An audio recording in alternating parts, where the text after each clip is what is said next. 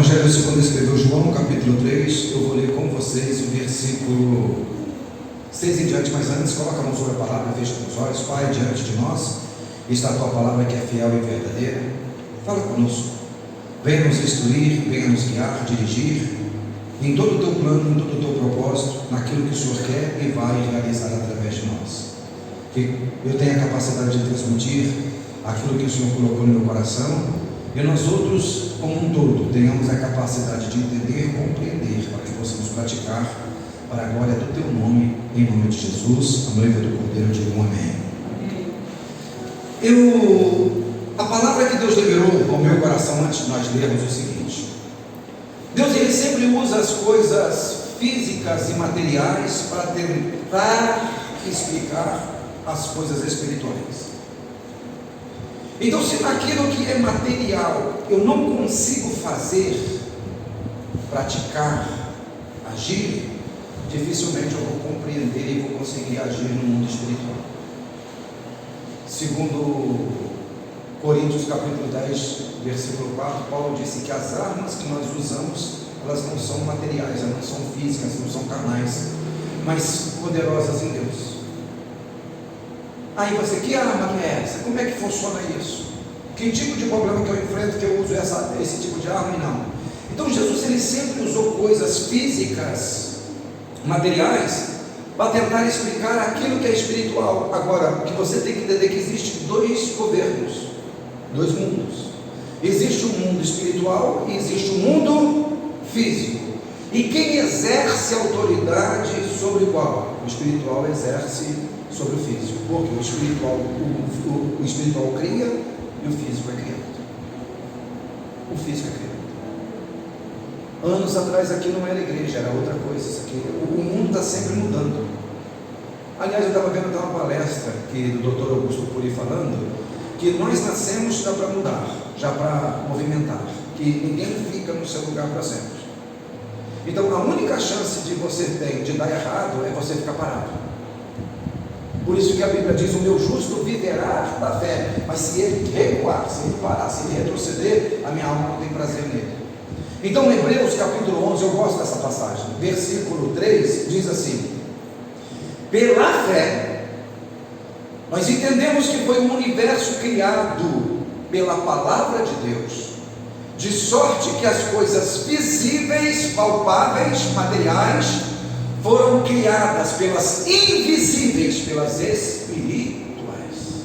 Então repete comigo mais uma vez, fala assim: o mundo espiritual cria e o mundo físico é criado.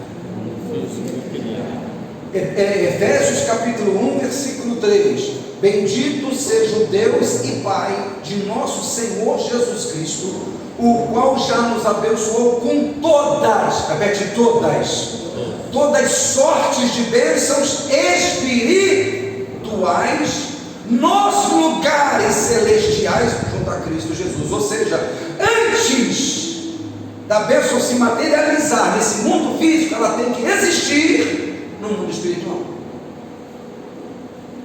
Então tudo que acontece aqui no mundo espiritual, Deus está me experimentando para ver se eu estou apto ao mundo espiritual. Então, o princípio estabelecido aqui nesse mundo físico, para mim colher, o que eu tenho que fazer? Plantar.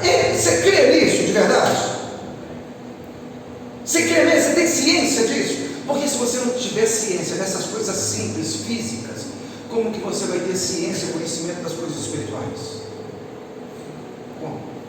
Por exemplo, marca aqui João, 2 Coríntios capítulo 4, vou usar como alicerce e a pregação vai ser rápida.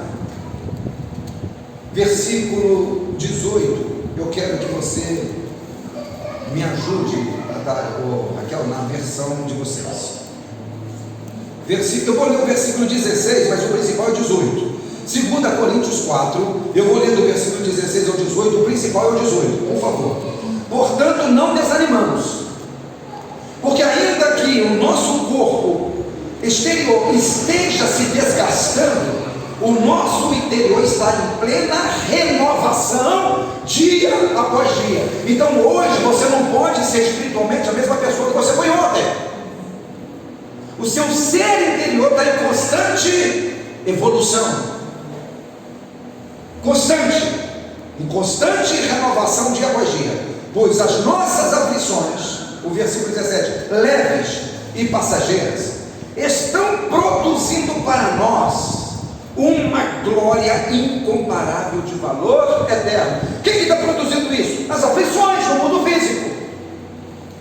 Ela está produzindo um negócio incalculável no mundo espiritual. Mas algo que é produzido no mundo espiritual que vai refletir no mundo físico. Eu sei que é meio doido o negócio desse, talvez você está meio perdido, mas me se esforça um pouco. Olha o versículo 18. Sendo assim, fixamos os nossos olhos, não naquilo que se pode enxergar, mas nos elementos que não são vistos. Por quê? Pois os visíveis, aquilo que eu vejo, são temporais, passageiros, ao passo do que aquilo que não se vê é eterno. É para sempre. Como é que está esse versículo na sua Bíblia, Natália? Todo ele. 18, eu vou ler com você. Porque nós não prestamos atenção nas coisas que se veem, mas nas coisas que não se veem. Nós prestamos atenção nas coisas que não se veem, mas nas coisas que se veem? É o contrário. Contrário, vai lá. Pois as coisas que se veem, pois o que pode ser visto dura apenas um pouco, mas o que não pode ser visto dura para sempre. Sabe, tudo isso que a gente vê vai durar vai ter data de validade. E aquilo que eu não consigo ver é para sempre. E o problema é que eu não enxergo aquilo que não se consegue ver. Mas o interessante é que essa tradução diz assim: sendo assim, fixamos os nossos olhos naquilo que não se pode enxergar. Como assim?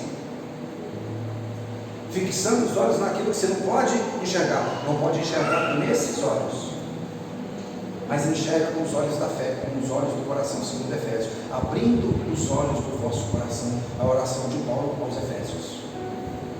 Os olhos da fé. Ora, a fé é a certeza daquilo que não se vê. Você entendeu por que eu falei que nós vamos fazer um negócio meio doido na Semana Santa? Porque aquilo que está no reino espiritual, que vai me favorecer, repete comigo, aquilo que está no reino espiritual que vai me favorecer, vou dar mais uma chance para favorecer. Aquilo que está no mundo espiritual e é para me favorecer, Deus vai fazer, mediante a minha fé, se materializar na minha vida. Mas todo preço, repete isso, que eu pagar aqui nesse mundo físico vai redundar em bênçãos, em tesouros espirituais de valor incalculável. Você percebeu que é uma conexão? Eu renuncio aquilo que eu quero, eu construo um tesouro incalculável. Eu pago um preço aqui nesse mundo físico, Deus faz materializar-se. Não é uma tarefa simples de compreender, mas quando você entra, aquilo que eu quero, que eu vejo que eu vou tocar, Deus está usando para me explicar algo que eu não vejo. Por exemplo, eu pedi para você abrir o Evangelho de João, capítulo 3. Vamos começar então lá, e vai ser rápido.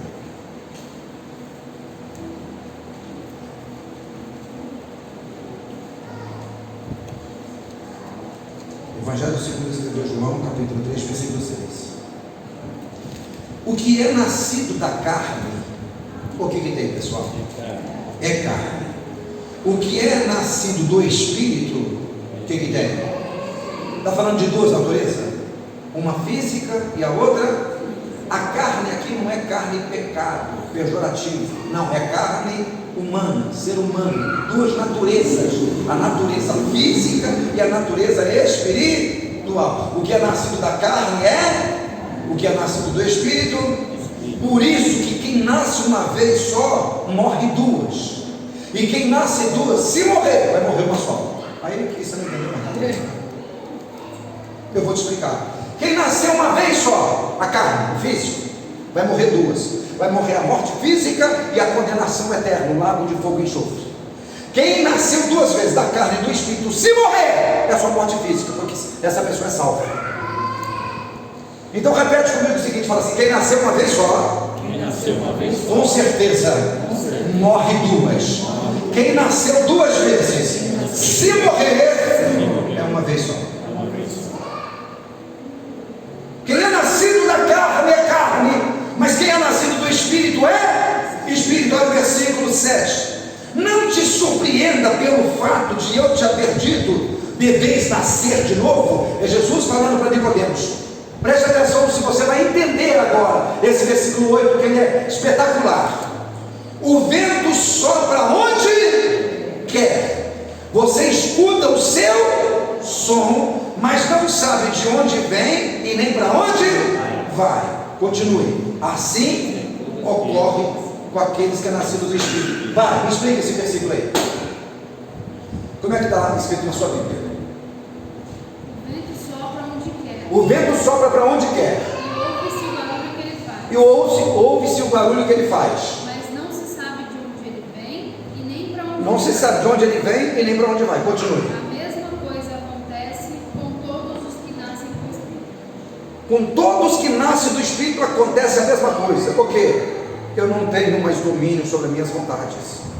Quem me dirige agora é o Espírito Santo. Não sei para onde eu venho, para onde eu vou, porque eu sou guiado por Deus. A mesma coisa.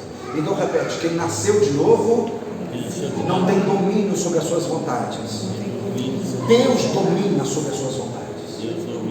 Mas a minha vontade é fazer a vontade de Deus. Você consegue entender isso? Agora preste atenção o que Jesus vai dizer. O versículo 9. Replicou Nicodemos: como pode acontecer isso?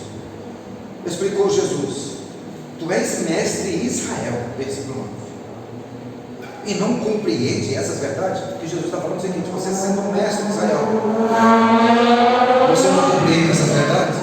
Eu estou com dó dos seus alunos.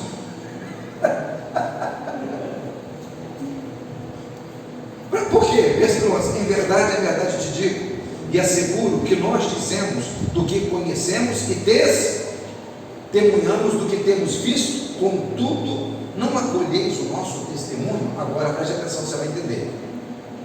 Se falando de assuntos, preste atenção, o que está escrito na sua Bíblia?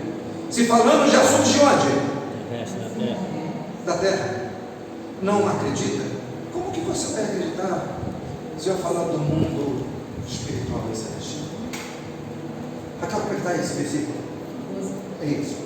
Se vocês não creem quando falo das coisas desse mundo, se vocês não acreditam quando falo das coisas deste mundo, continue. como vão crer se eu falar das coisas do céu? Como que vocês vão acreditar das coisas que vocês nunca viram e não conhecem? Em outras palavras, se você não acredita que o princípio da natureza é semear e colher, eu não creio que tem que fazer isso. Eu não acredito. Como que você vai herdar o espiritual? Eu estou falando de coisas que vocês conhecem, que vocês lidam, vocês não conseguem acreditar.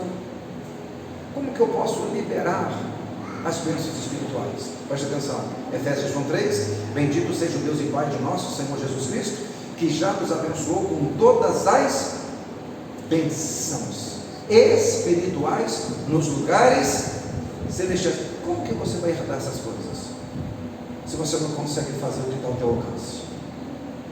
Como que você vai alcançar tudo aquilo que você sonhou, que ainda está no abstrato e não no concreto? O concreto faz materializar o abstrato, porque tudo é possível para quem? Para quem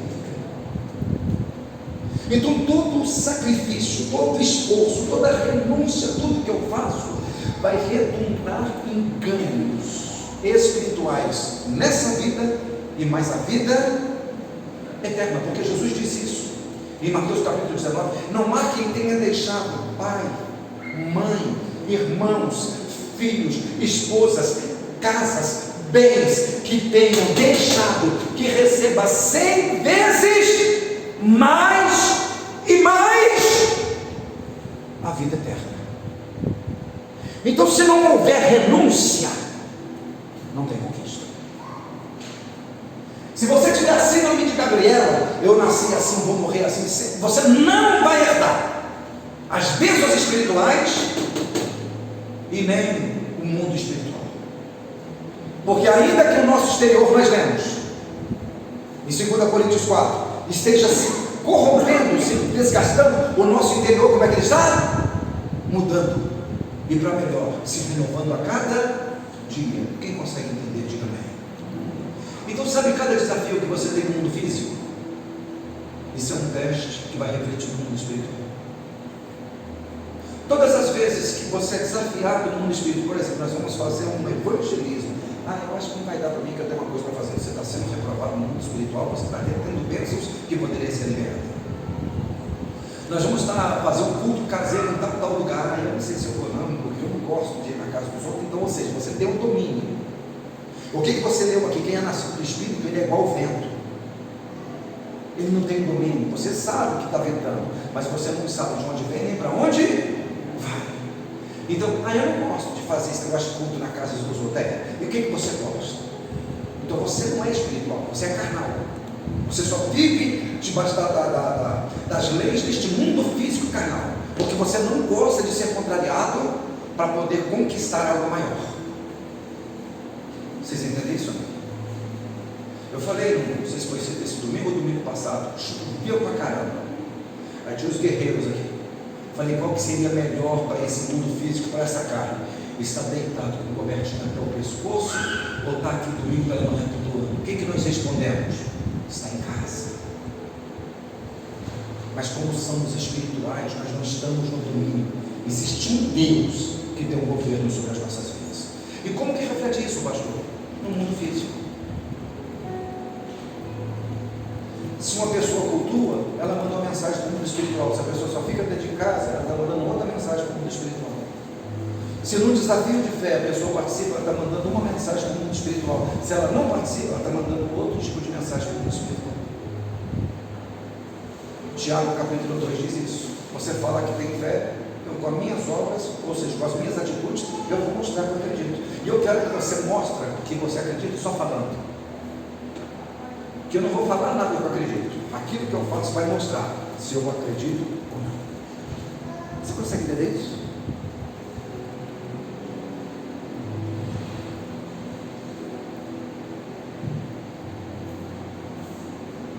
Romanos capítulo 15, para a gente partir para a reta final.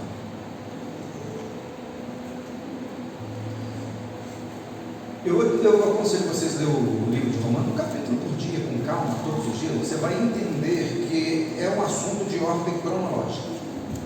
Paulo começa um assunto, termina um assunto, começa outro, um outro. Você pega só um texto isolado, você não vai entender muito. Mas quando você lê o livro todo, você vai ver que trata de um assunto só. Então Paulo, tem um versículo aqui, deixa eu ver se eu consigo achar. Versículo 20, eu gosto desse versículo pra caramba. Sempre fiz questão de pregar o Evangelho onde Cristo ainda não era conhecido, de forma que não estivesse edificando sobre um alicerce elaborado por uma outra pessoa. Paulo diz, eu não tenho prazer nenhum de ficar pregando para crentes. O meu prazer é pregar para quem não conhece. E tem gente que gosta de pregar para crente. Tem pastores que vai fazer campanha, fica marcando as outras igrejas. Para quê? Para quê? Está filmando e é de propósito. Para quê? Tem um negócio de crente, vão lá no culto dos varões na minha igreja. Para quê? Para quê? Vão no culto das senhoras na minha igreja. Para quê? Qual que é o propósito? Não para se alegrar conosco, para nos ajudar, ótimo. Mas será que está querendo ganhar aquela pessoa? É esse o objetivo? Ou seja, quem é salvo só fica trocando de igreja, era da igreja A, vai para B, e quem é perdido continua perdido, porque não são os nossos objetivos. Eu não dou a sorte para as pessoas convidarem assim para mim, porque eu ia perguntar, olha, para cada 5 ímpios que você conseguir levar, conta comigo que eu estou junto. Mas primeiro convida 5 ímpios primeiro, quem não conhece, porque eu não posso ser sua prioridade, porque eu já conheço o Evangelho do Reino. Vocês estão entendendo, senhor? Por isso que eu gosto desse versículo. Mas olha o que Paulo está dizendo no versículo 23. Contudo agora, 23, Não tenho mais o que me detenha nessas regiões. Paulo está falando, já evangelizei todo mundo aqui. E tenho já muitos anos de grande desejo de visitar. Faz tempo que eu estou querendo ver vocês. Planejo fazê-lo quando eu for para a Espanha. Espero visitá-los de passagem e por ser encaminhado à Espanha, logo após haver desfrutado um pouco da vossa comunhão. Nesse momento, todavia, eu estou rumando para Jerusalém. O que você vai fazer lá, Paulo? Eu vou lá servir os santos, a serviço dos santos. Por quê? Porquanto pareceu bem às igrejas da Macedônia e da Acaia levantar uma. Vocês estão lendo? Levantar uma o quê? A coleta. Obrigado, Guinness. Eu estou lendo sozinho. Uma oferta fraternal. Estou lendo o versículo 26. Para os pobres dentre os santos de Jerusalém. Versículo 27. Vamos ver se você vai ter a revelação do escondido e do profundo. Tiveram grande alegria nessa assistência, e de fato são devedores aos santos de Jerusalém. Por quê? Pois se os gentios, que somos nós, participaram das, repete comigo, bênçãos espirituais. De quem? Dos judeus. Quem que tinha direito às bênçãos espirituais? Os judeus, nós não. Dos judeus, deve igualmente servir aos judeus com os bens materiais. Leia, Natália, esse versículo todo, 27, fazendo favor. Os próprios cristãos da Macedônia e de Acaia. Os próprios cristãos da Macedônia e da Acaia, na antiga Grécia, resolveram fazer isso. Resolveram fazer isso. Isso o quê? Mas de fato eles têm a obrigação de ajudar aqueles necessitados. A obrigação de ajudar aqueles necessitados. Por que nós temos obrigação de ajudar aqueles necessitados? Os judeus repartiam com os seus bens espirituais com os que não são judeus. Eles repartiram os bens espirituais conosco, que não somos judeus. Por isso, os não-judeus devem prestar com os seus bens materiais esse serviço cristão aos judeus. Olha, se eles repartiram com nós aquilo que é o mais precioso, que são os bens ou as bênçãos espirituais, nós devemos repartir os bens materiais. Título da pregação: bênçãos espirituais e bens materiais. Você entendeu que existem as duas coisas? Mas o que é bênção? É espiritual. O que é bens? É material. Os judeus repartiram com a gente as bênçãos espirituais, e nós vamos repartir com eles os bens materiais que nós conseguimos através das bênçãos espirituais. Pergunta para a pessoa que está do lado: como que você conseguiu esse bem material? Como é que você conseguiu? Através das bênçãos espirituais. Porque o mundo espiritual cria e o mundo físico é. Agora eu vou falar da maior bênção espiritual que nós conseguimos. Abra sua Bíblia, Mateus capítulo 16, e vamos encerrar.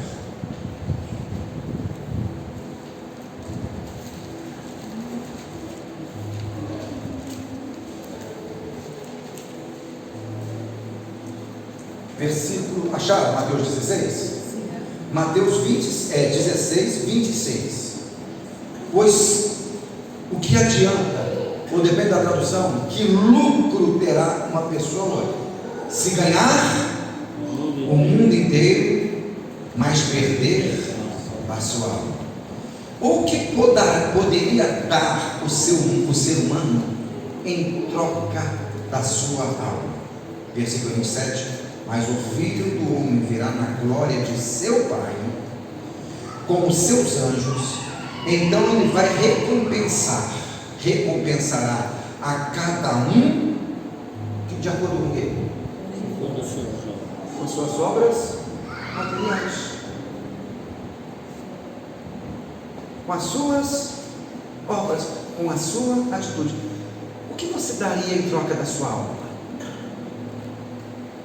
Aquilo que tem maior valor, eu não posso comprar, eu não posso fazer voto, eu não posso fazer sacrifício, porque eu adquiri através do sacrifício de Jesus Cristo na cruz do Calvário. Ele salvou a minha alma. Todo o resto eu vou usufruir aqui nessa vida para a glória do nome dele. Mas ele vai ver, mas vai me avaliar de acordo com a minha atitude. Se eu não acreditei naquilo que é material, como que eu posso ser aprovado no espiritual? Você entendeu agora? Uma mensagem simples, não, por isso que eu quis gravar. Amém? O que adianta o homem ganhar o mundo? Então não existe nada mais precioso que a sua alma, que foi comprada através do sangue.